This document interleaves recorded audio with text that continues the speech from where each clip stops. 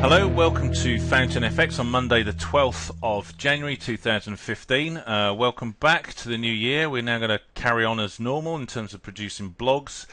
And this is for all of our paid members. We are really doing a week ahead glimpse today, this morning, just to look at things that you need to be aware of in terms of helping your trading and looking for opportunities. So, looking at the economic calendar, the first thing that we do, just to check for what news or what major news that might be coming out.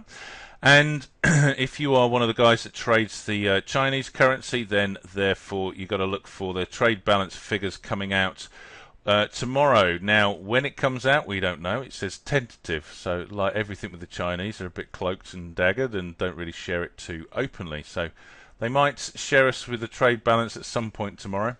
I don't trade the Chinese currency at the moment, so therefore I can't really share too much information on that. But at 11:30 tomorrow morning, we have the pound with the consumer price index coming out. It's forecasted to be slightly less than what occurred last month, so hopefully we're going to see some positive grounds with the pound. But otherwise, if not, then great. It might give us another opportunity to continue to short this particular currency. Now, as we scroll down on the Wednesday, we've then got European and US dollar news. I haven't got a clue what this is going to be about, the European Court of Justice ruling. So just be aware about the euro and what could be happening there. This might cause a certain amount of volatility and spiking. You can click on this to open the detail, and it just basically, it's talking about, all right, okay, fiscal compact, something.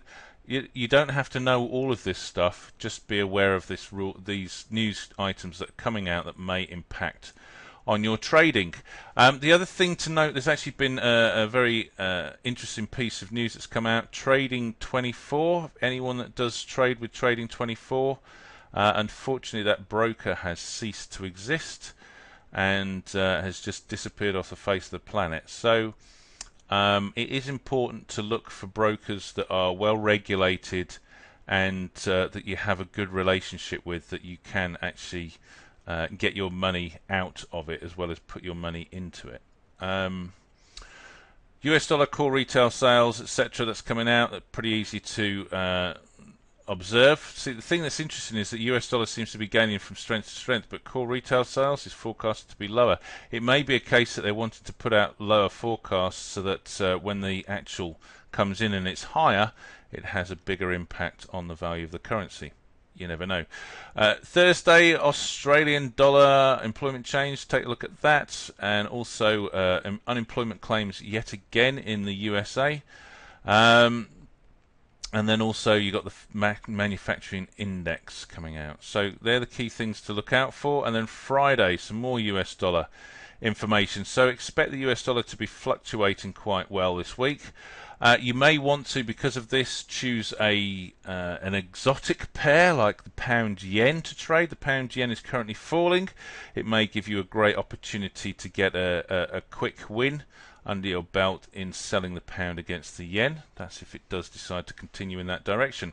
So let's just take a quick look at the charts, and seeing as I've mentioned the pound yen, let's go and have a look at that. Now, taking a look at the pound yen on the monthly chart, we're going to use multiple time frame analysis, which is basically drilled from the top down to get a clearer picture of what's actually happening with this currency pair. The key thing is that with fundamental stuff like the news and so on and so forth, we can try and predict as much as we like, but the key thing is to be able to take a look at what is really happening out there and just go in the direction that everybody else is trading, that the bigger force is, i.e. the banks. What are they doing? So that's really why we use multiple time frame analysis. So at the moment, price is pushing up. It has been pushing up since July of 2012. So for the last 2.5 years, the pound yen has been in an uptrend, which is quite nice. And why is that? Let's just take a look and see where else price has been going. So price has been pushing all the way up, but what's actually happened at the end here is that we've had a very big pullback, big downtrend that's actually happened. So If we look here, this is where the previous area of resistance was, where price pulled back from and then finally broke through it. If we draw that back to the left, we can see that there's a nice, where price has been before, we had a high up here and then price just fell straight through it, and it's gone straight through this particular area of price, resistance, support, whatever. There was no area. This is like a no man's land. This is just a big area of gap. So prior to that, we had this area of resistance here and then another area of resistance up here as the pound rallied against the yen.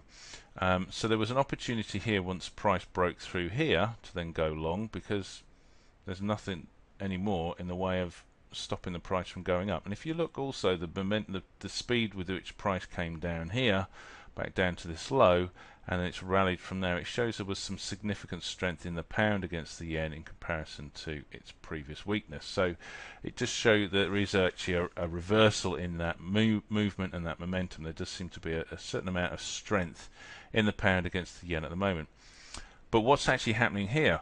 Is it bad? Is the pound falling against the yen, so therefore that's it, now we must go short, we must sell? Look, the MACD's down, this is at a high. You know, is it a good opportunity? Well, let's take a closer look. This might be a great opportunity for us to go long with this pullback if we're looking at where previous resistance was. What if it pulls back into this area, the 174.75, turns it into support and then rallies all the way up to this previous area of resistance up here? So we've got this measured move, if you think about it, between these areas of resistance and support. Let's go and have a look at the weekly chart. So we go down into the weekly chart and we can see from this trend line that very much the trend is up, it's pushing up, but at the moment we have got quite a significant pullback, decline on the pound against the yen. Certainly in the last month or so, prices started to fall off, and this may therefore be the start of a reversal in this. We do also have to be aware that the MACD has gone negative, so it's gone down. It's certainly crossed over in terms of the moving averages. So on the weekly chart, MACD is saying we're in the short. Monthly chart, MACD is saying we're still in the long. Let's go and have a look at the daily chart. We need to be aware here that MACD is still saying down, very much a strong down here. Price is very much overextended. If you're looking at the MACD, how high it was, and it finally broke through.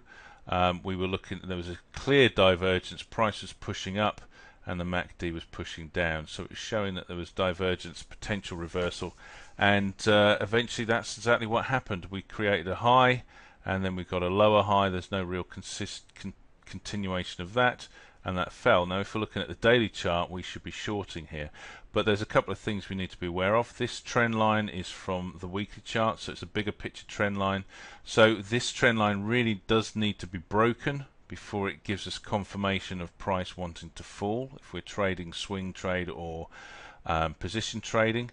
And we also need, if we're going to short this on the shorter time frame, if we're going to take a sell order, which wouldn't necessarily be bad, because if you can see, price has fallen quite rapidly and we got a very minimal pullback last week, and price has certainly turned and pushed back down into this area of support. But we have a major area of support, previous resistance, just a little bit below there. We'd like to see the break of this for a continuation in this downtrend if it's going to happen. So, quick look down at the 4 hour. If there's anything in there of significance, well, we're cutting out all the other information, but 4 hour is showing, yeah, the momentum is still down. Although it looks like it's holding up a little bit here, but it has pushed down to a new low. So in all honesty, we're looking at the high was here, price fell, hardly pulled back at all, and now we're creating another low. So it's still showing prices down. It'd be good to wait for the break of this MACD across the zero line, crossover of the MACD as well, the moving averages, to take your short on a short-term basis, but be aware that we're at the 179.44 and down at the 178.50, so just around about 100 points, but 100 pips is a nice trade. Below you there's going to be a significant area of support. That's it from FountainFX. Happy trading. We will catch you soon. Have a great week. Bye bye.